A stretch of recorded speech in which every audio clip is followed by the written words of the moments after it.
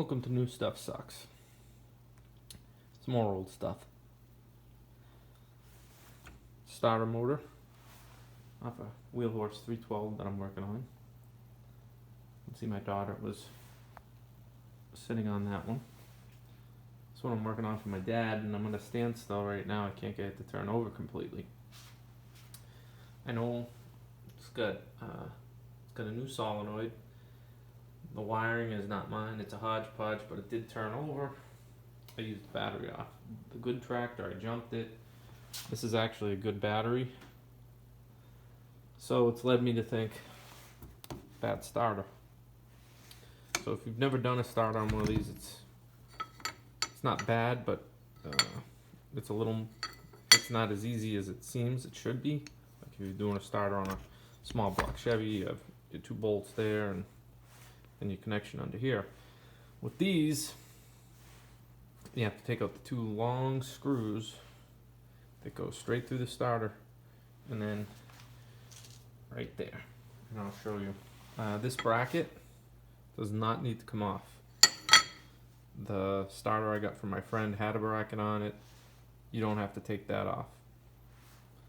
You might have to remove your oil fill tube, which sucks because now I got a bad gasket, but I'll show you.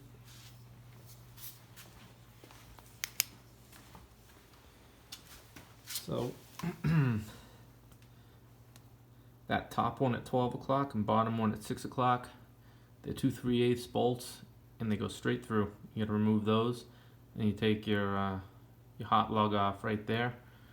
And then there's another 3/8 right there. You also have to take the side panel off to access it, and your oil dipstick, which is held on by 3 slotted screws, and there's not a whole lot of room. As you can see, someone they must have been having issues with this and didn't know where to go, so they just started cutting off everything that would have cut the ignition, which is great. So I know it turns over, but there's no safety stuff left on this for your PTO, for your clutch, for your seat, nothing.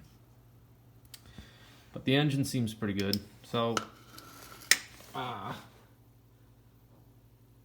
had to heat this up. This top one, it's exposed, and these long bolts, these are the ones I took out. They have a little torsion to them, I think. So it felt like it was gonna snap, but it didn't. But I still heated it up there. Tap, tap, heat, heat, tap, tap, heat, heat. And with a little lubrication, and eventually it cracked, but it didn't break. But you have steel going into the aluminum housing, and I guess it's good. This starter is not going to move. It's secured 5 different ways, but it's a little bit of work. You have to remove the battery. It gives you a little more room, but it's a job. I thought you just took those 2 9/16 and it slid back. I didn't realize that these threaded straight through, but they do. Don't bother with any of that. Just that 3/8 there. You lead from the solenoid, 1, 2. Heat them up and spray them a day or 2 before. You don't have to take the shroud off. None of that. Otherwise, you'll be doing some extra work. So anyway, I hope this helps you. It's not a terrible job. This thing's rough. Mine's super clean. So with me, everything's been pretty easy with this machine. With this one, it's gonna go to my dad. It's a little bit of a fight, but we'll get there.